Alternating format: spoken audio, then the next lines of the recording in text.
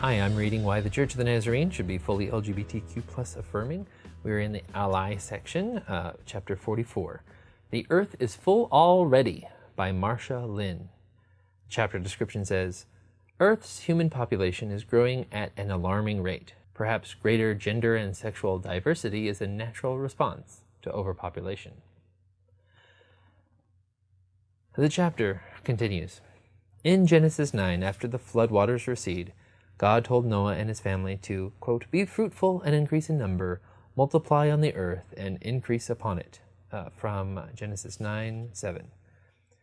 In November 2022, Earth's estimated population surpassed 8 billion people. It seems safe to say we have obeyed the command to multiply on the earth. In the part of southern Indiana, USA, where my husband and I claim to 5 acres of trees, grass garden, and running creek water, Wikipedia tells me there are around 75 people per square mile. In contrast, the world's most densely populated cities have closer to 75,000 people per square mile. That level of density is beyond my comprehension. Obviously, the people in those cities are not able to grow enough food to feed themselves. Earth is showing signs of stress from the burden of sustaining its current human population. We are full up. One question to ask is, will someone with a capital S, or something eventually put the brakes on? Whether one believes that God, natural evolution, civil government, or fate is responsible, it seems clear something needs to change if the earth is to remain habitable for future generations. Whether it be a global pandemic, war, starvation, genocide, or some other controlling force, Earth's human population growth must slow in order to thrive and leave room for other species as well as agriculture. Along those lines, I have been pondering a what-if question. What if? What if whatever force, with a capital F, or force with a lowercase f, will cap Earth's human population brings multiple resources to the table? Would some of those tools involve lowering the human fertility rate? Contraceptives are a start, various means to prevent human sperm from uniting with human eggs. Maybe, however, that is just one part of the solution. Maybe human sexuality needs more basic modifications, either lower a sex drive or alternate means for sexual expression that do not lead to unplanned pregnancies. We already seem to be seeing this sort of force at work. Fertility rates are dropping in many areas. There are multiple reasons for this. An increase in homosexuality is one. The human sex drive remains strong, but no longer automatically seeks to unite sperm with egg. What if a growing portion of the population with same-sex attraction is a natural response to an overpopulated planet rather than sinful? But what about the Bible? Many people will offer Bible passages and claim that homosexual relations are obviously a sin. There are multiple possible responses to that, but for my purposes here, I will simply note that there is no reference in the Bible to anything resembling the long-term, same-sex, loving relationships we find in our society today. It isn't mentioned as a temptation or struggle for believers, nor as a common practice in secular society. Those who insist that biblical texts clearly apply to the type of committed unions between consensual adults we are seeing in the 21st century also need to consider that those words date back to a time when the world population was less than 200 million. Is it possible we are in a different age now in terms of what is good for humanity and our host planet? Do we need to be open to a new view of human sexuality and reproduction? Is God once again doing, quote, a new thing among us? From Isaiah 43. Is physical diversity the result of sin? In John 9, Jesus' disciples question him about the source of sin in a man born blind. It's easy to understand their confusion. It doesn't seem fair that a child would suffer a lifetime of blindness because one or both parents sinned. On the other hand, how can a newborn baby be guilty of sin? The part of the puzzle they did not question was that blindness was punishment for sin. Jesus' response was that neither the parents nor the child was to blame. No sin lay behind the blindness. The disciples' understanding assumption was just incorrect. Much like Job's friends in the Old Testament and many others through the years, they had been taught to blame misfortune on sin. But Jesus explained that it was not the case. Today we know there are many different causes for blindness. Some people are born blind, others inherit or develop diseases of the eye, others lose their sight due to accidents or poor choices by themselves or others. You'll shoot your eye out, kid. Regardless of the cause, however, blindness in itself is not a sign of moral deficiency, nor is excellent vision a sign of moral superiority. Vision, or the lack thereof, is a physical attribute, not a moral issue. Few, if any, people today associate impaired vision with sin.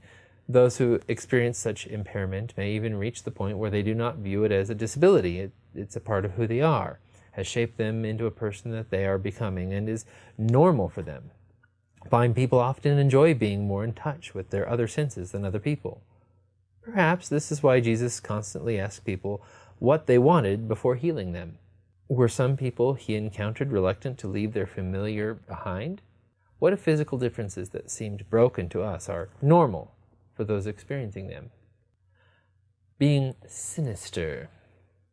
I am left-handed. As soon as I was able to grasp objects as a baby, my mother noticed that I would move anything placed in my right hand to my left. Left-handedness is not something I chose as a child. Like approximately 10% of humans, I was born that way.